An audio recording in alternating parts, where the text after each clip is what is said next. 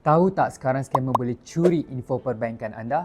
Semuanya bermula dengan hanya satu mesej yang ada pautan pembayaran yang nampak macam betul tapi sebenarnya tidak.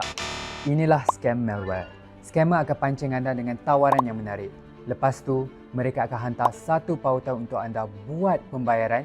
Anda pun masukkan info perbankan tapi itu rupanya laman web palsu. Mula-mula, mereka akan minta info peribadi anda. Kemudian menyuruh anda muat turun fail APK. Tanpa anda sedari, anda telah membenarkan scammer untuk mengakses telefon anda dan meluluskan transaksi bank. Takut kan? Nampak macam mudah tapi anda kena beringat, apa-apa pun jangan klik pautan yang diberikan oleh pihak ketiga walaupun promosi itu nampak menarik. Lagi-lagi kalau nampak perkataan APK dekat fail tu. Jangan sesekali klik dan muat turun. Kedua, hanya masukkan butiran log masuk anda di laman web rasmi bank anda sahaja. Pastikan anda di laman web yang betul. Sentiasa semak gambar dan frasa keselamatan sebelum log masuk. Kalau tak sama dengan frasa keselamatan yang anda guna, terus tutup laman web tu.